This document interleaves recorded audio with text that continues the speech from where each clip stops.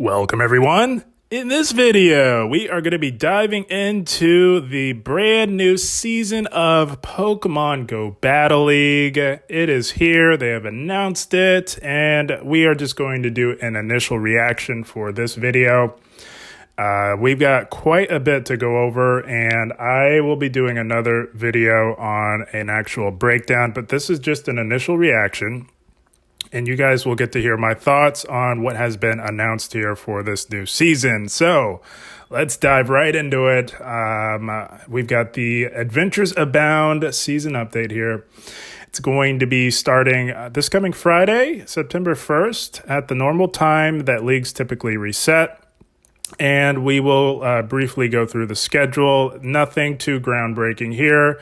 The only difference is it looks like we're just going to do a weekly rotation of the three primary leagues along with a specialty cup in there in the mix. So we're not doing 2 straight weeks of each one. It looks like they're just going to do a week-long rotation here. So starting things off as per tradition, we've got the Great League along with another little cup. I definitely could have done without more little cup formats. I think we had enough of that between last season and the previous season. But here we are. We've got another one. And then the Ultra League will come following that, along with 2 straight weeks of the Element Cup Little Cup Edition Remix. So not crazy about that. Not going to lie. 2 straight weeks of another little format. Not what I was looking forward to. And then we've got the Master League along with 2 straight weeks of another Monotype Cup coming in the form of the Psychic Cup. And these are both Great League editions. And then after the Master League, we're going to have the Great League. Again, we've got 2 straight weeks of the Psychic Cup. Again, not something I was really looking forward to. And then we've got the Ultra League coming back around with the Sunshine Cup, which is okay. I mean, I guess that meta was okay, but doesn't really, I guess this is a nitpick here, but it doesn't really make sense to have that for the fall season, but whatever. And then we got the 3 leagues returning after that.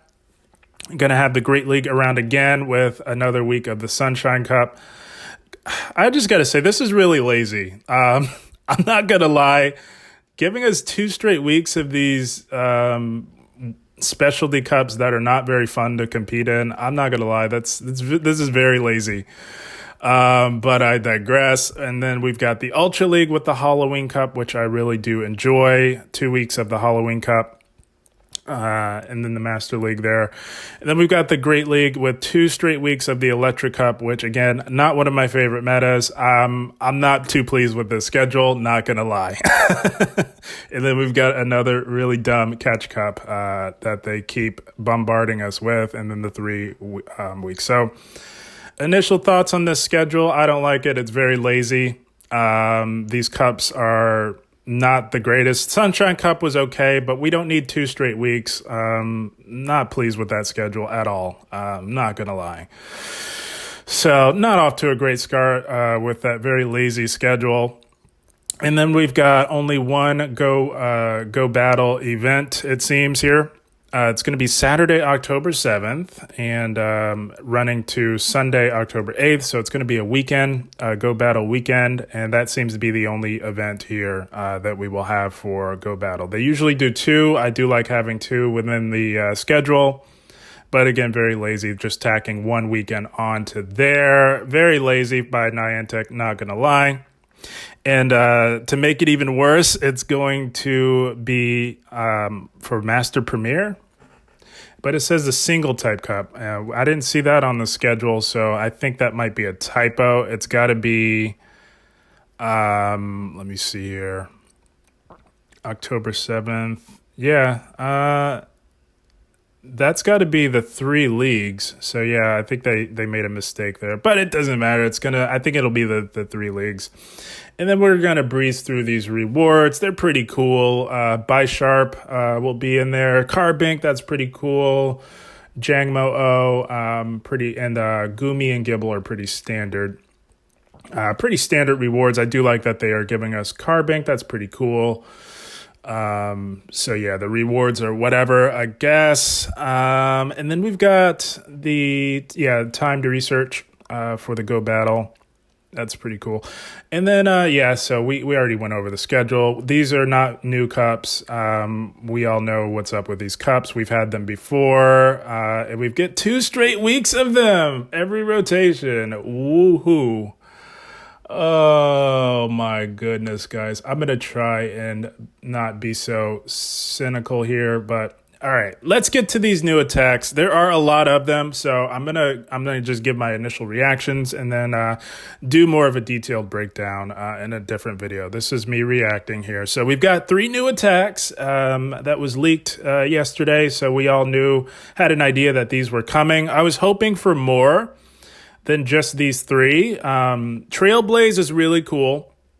These are all buffing attacks. So Trailblaze and Triple Axle, 2 brand new charge moves, will be buffing your attack by 1 stage. Triple Axle, I do believe, is 50 energy and 60 power, and Trailblaze, or it might be vice versa. Trailblaze is 50 and 65. It is a flame charge clone, I believe, and Triple Axle is 45 and 60. And both of those will be increasing your attack by 1 stage. And then we've got Scorching Sands. For those of you who tune into this channel regularly and watch my wish list, I had been wanting a ground type move that would be a Scald clone, and here we are. We've got it here coming in the form of Scorching Sands. I wanted it on Bulldoze because Bulldoze has much broader distribution. Scorching Sands does not have nearly the same distribution as Bulldoze, but that might not be a bad thing. Honestly, with a Bulldoze buff, I would have settled for not necessarily putting the debuff on it, but just making it like a Sludge Bomb clone. That would have been fine as well. But we've got Scorching Sands. Not a lot of Pokemon can learn it at the moment, but I'm sure as time goes on, more will be able to learn it. So those are 3 new attacks, all charge moves, no new fast moves. And now we get to attack changes. Oh my goodness, guys. I'm going to try and not lose my mind here. But they went ahead and did it. They nerfed Lantern, Noctowl, and Medicham. I hope those of you who are wanting this, I hope you will be happy because this is not a good thing for the league. I detailed that in my Medicham and Lantern breakdown, but here we are. You guys got what you wanted. You small minority, you got what you wanted, and I hope you're happy. But here we are. Spark got a nerf. So they're going to be decreasing the energy generation while raising the damage of it. So I would imagine it's now going to become a Bullet Punch clone. Just looking at this here, 6 power, and I would imagine they lowered the energy generation by 1, making it going from 8 to 7. So that's basically a Bullet Punch clone. That's what Leafage is now. So those of you familiar with those moves, I hope you're happy. And then we've got Astonish. So yeah, that's a big nerf on Lantern. Astonish will now be doing more energy. So actually, let's take a quick peek at Astonish here. Let me see here. I don't keep Astonish in my mind because it's an awful move. So, okay, so they're increasing the energy generation of Astonish. So that might actually become pretty decent. It does 5 damage now and generates 9 energy. So maybe they made it a Snarl clone. That would be very interesting if they did that. That seems like maybe what they've done. I'll have to check after this video and make sure. But and then we make our way to Psychic. They've nerfed Psychic. A move that did not need to be nerfed. So again, I hope those of you, that small minority of you is not very many of you. Most people did not want anything to happen with Medicham or Lantern, me being one of them. But they caved to the pressure of the very loud minority, which is unfortunate. Psychic will now be nerfed. It's going to go from 90 to 85, and they're going to leave the energy where it is. That makes it not very good. So, And then we've got X Scissor. Very interesting. They're going to buff a bug type move. It's now going to be doing 65 power, 65 damage. They're going to raise the energy cost of that. So X Scissor was not, it was okay, but subpar. So X Scissor was doing 45 and costing 35 energy. So I would imagine they're raising it to 65. They're probably going to make that a surf clone. That's what I would imagine they're doing with that. And Aerial Ace, they are going to decrease the energy cost on that. So very interesting. Aerial Ace might actually now be a decent move. Let me see here on Aerial Ace. So yeah, it does 55. So yeah, they're going to lower that to 40. I would imagine making it what Seed Bomb used to be. It's going to be more like the elemental punches. So still subpar, but definitely more usable now. And they're nerfing Sky Attack to nerf Noctowl. So all of these nerfs were completely unnecessary. Those of you who know me and know my thoughts know why. And if you tune into my breakdowns, you'll know why even more. But they nerf Sky Attack. They're nerfing not only Noctowl, but they're also damaging Pokemon that did not need to be nerfed, like Skarmory. Skarmory was on the cusp of being usable. It's now not usable at all. They've done the same to Altaria. So this is a bad idea. Very bad, Niantic. Terrible.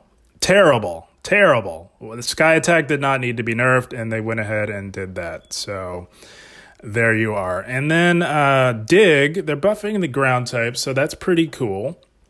What they're doing with Dig is an awful move historically. So if we look at Dig, here we are, 180, the all-time worst, one of the all-time worst moves. So they're going to lower that to 80, or lower the damage to 80 from 100 to 80.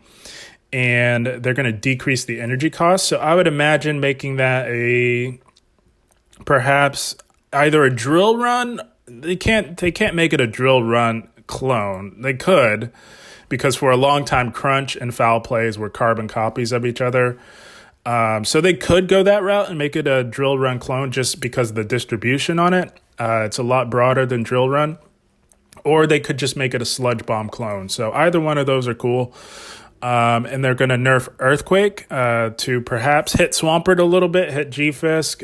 I don't think that was necessary either, but not as bad. What they could have done was also just, I guess, lowered the energy as well, but I guess that wouldn't serve the purpose of nerfing it. That's what they want to do, so that's what they did. I don't think that was necessary, but here we are. This is going to be the season of unnecessary nerfs. Holy smokes, they took a step back, guys. They hit it out of the park last season, and this season is looking to be a huge disappointment. This is not what I wanted to see from them. This was just terrible, short-sighted, terrible, not a good idea. We'll go over why. And then Poltergeist, they're making that better, and they're making Boom Burst slightly better. So new availability updates. So to compensate for nerfing Spark, they give the other prominent Spark user, Magnezone, Volt Switch, which I don't care for. I think Magnezone being so squishy functions better with a 2-turn fast move. It's just a little bit more dynamic, better to time. So that's bad. Regieleki is also getting, so the Magnemite family is getting Volt Switch. That's not impactful. What I wanted to see was some impactful changes, and you're going to see these were some sweeping changes that are not going to be very impactful. This is why this is very disappointing. I'm not going to lie, guys. Not what I was hoping to see, but we press on here. Swalot's getting Mudshot. That's pretty cool. That'll be very interesting to see. And again, we're gonna do a breakdown on this. These are initial reactions, so I'm gonna try not to keep going back and forth between tabs. Greedent's getting Mudshot. That's gonna be insane, guys. Mudshot plus Body Slam. That's gonna be wild to see on Greedent. Very interesting. I'm cool. Let's see how that goes. And then Toxicroak is getting Mudshot as well. Also very interesting. We'll be able to get to those mud bombs quite a bit faster. I still don't think you'd be using mud shot over counter, to be honest. Think about Metacham. It has Psycho Cut and counter. Which were we using? Counter. So I don't think it's cool to see all these, big updates, and it makes you think, oh my goodness, look at what they've done, but they're not impactful. If they're not impactful, they might as well not exist. So, I mean, it's interesting, but I think the mud shot ones, I'm most interested in Greet It and Swallow It. Those are interesting, very interesting. And then everything gets Breaking Swipe. Oh my goodness. So Steelix gets Breaking Swipe. Rhydon and Rhyperior get Breaking Swipe. Sceptile gets Breaking Swipe. Heliolisk, that's interesting for Heliolisk. We'll see. And Regidrago gets it. So I think Steelix getting Breaking Swipe will be very interesting.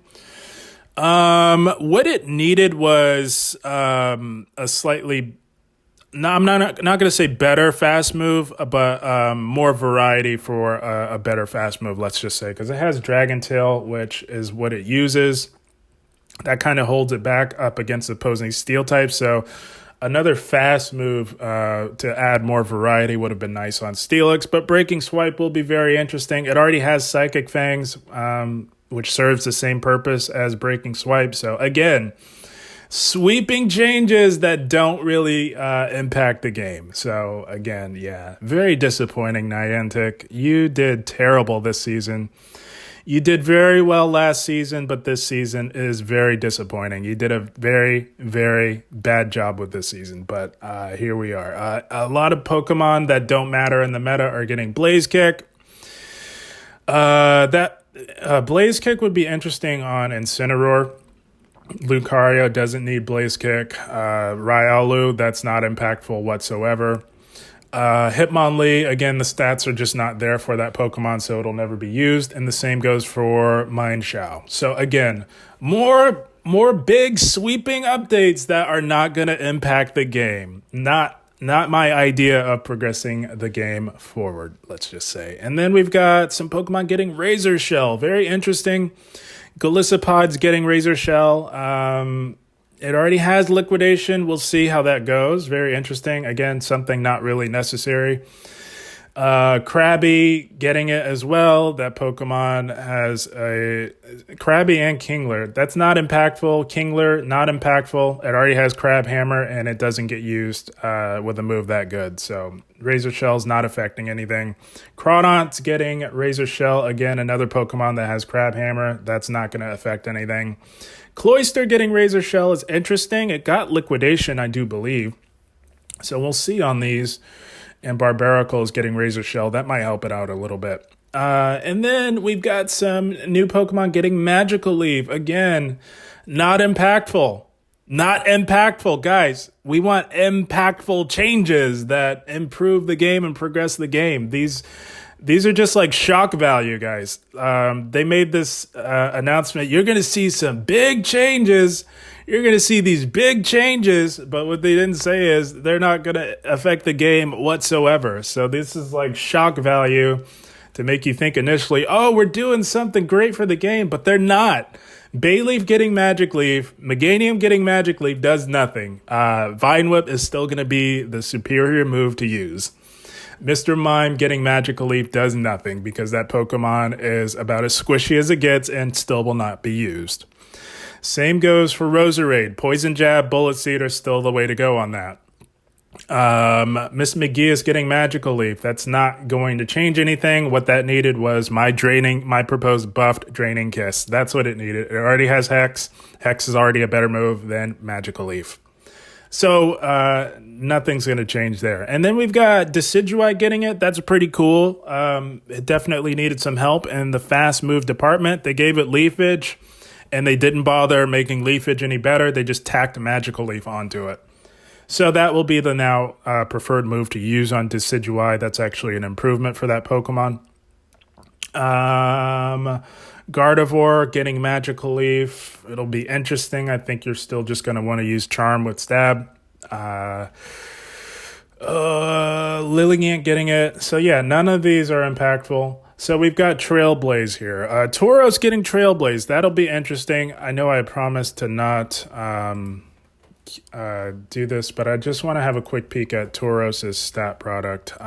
It's not a Pokemon that gets used because it doesn't have the best fast move. So, 1786, not the best stat product. So that's not impactful on this thing at all. No one's going to use Tauros with Trailblaze.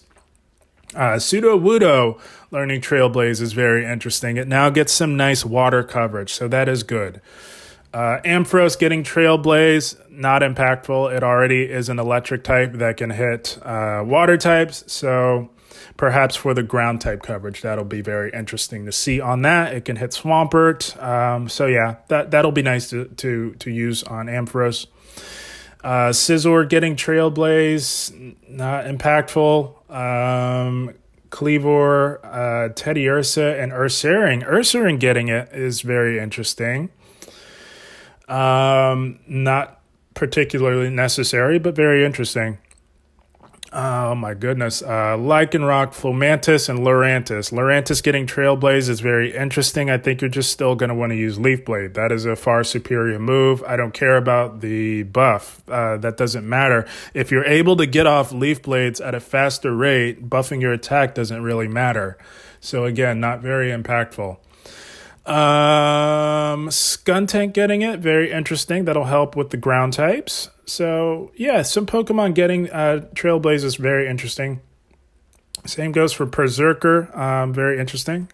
Be able to hit Tapu Fini a little harder, as well as some ground types, which we don't have a ton of in the Ultra League. Let's just keep that in mind as well. We've got Swampert, and Stunfisk has been nerfed, so will likely not be used very much. Donphan getting it, very interesting. Be able to hit those water types. I like that. That's cool. And then we've got Triple Axle, which again, much like Scorching Sands, does not have the broad distribution. So if you were in my Discord, you'll know my thoughts on Triple Axle and Scorching Sands. Not going to be impactful just because they don't have the distribution. Pokemon that would benefit from a move like this just don't learn it. So more shock value that will do nothing to help move the game forward, I'm afraid. Let me see. Who's the biggest winner for this? No one. Okay. No one is a big winner. Maybe Lopunny, maybe Gardevoir. That's about it. And then we've got Scorching Sands. It is now a Scald clone, so thank goodness. Let me see. Yeah, okay. Thank goodness they did not give this to Charizard, but with the decisions that they made with this season, I would not be surprised, but they got that right. They didn't give it to Charizard. They did give it to Ninetales, which is okay. There are not very many rock types in the meta, so again, not very impactful. It already hit Steel. Sandslash getting it, very interesting. It already had Earthquake, but they nerfed that, so now that will be the preferred move on Sandslash. Very interesting. So yeah, Sandslash will get to this pretty fast and might see some relevance. We'll see. Flygon already had Earth Power. It'll just be super spammy with this. So that's very interesting. Claydol gets this. It did not need another good charge move. What it needed was a good fast move. That's what I broke down in my Lantern breakdown as well as other wish list breakdowns. This thing needed a fast move to be good, not another useless charge move. That's what's holding it back. So this will not do anything for Claydol. Magmortar. Yeah. Diggersby's getting it, so very interesting. They nerfed Earthquake, so now we'll be using Scorching Sands on Diggersby. That's not what Diggersby needed to be meta relevant. It needed to be able to hit flyers. That's what it needed. I broke that down and explained that quite effectively, but here we are. Another charge move that it's not going to affect Diggersby. It needs to be able to hit flyers. That's what's going to make it relevant. They didn't do that, so Diggersby, again, just more shock value. That's not going to lead to anything. Excadrill already has Drill Run. That's not going to replace Drill Run. So yeah, bad. This is very bad. They did great last season. They did absolutely horrible this season, and they have likely set the game back a little bit, made it less enjoyable. Good job, Niantic. So that's my initial reaction. The schedule is trash. These sweeping updates, yes, they are quite broad. It's generally what people like to see, but ultimately are not going to be very impactful whatsoever. So they nerfed Pokemon that didn't need to be nerfed, and they gave everything move updates that's not going to do absolutely anything to progress the game forward. So bad job, Niantic. You really messed this one up. I'm so sorry, guys. I'm trying to be optimistic, but with this schedule plus what they've done, it's kind of hard to be a little bit optimistic. The schedule is absolute trash. Holy smokes. And the updates are trash as well. So that's my reaction. There will be another video on breaking down, taking a closer deep dive into how the meta will be affected by these updates. So yeah, that's my reaction. Guys, I would love to say I had a blast, but I hope you all enjoyed. As always, I thank you for watching and keep up the grind. Thank you, guys.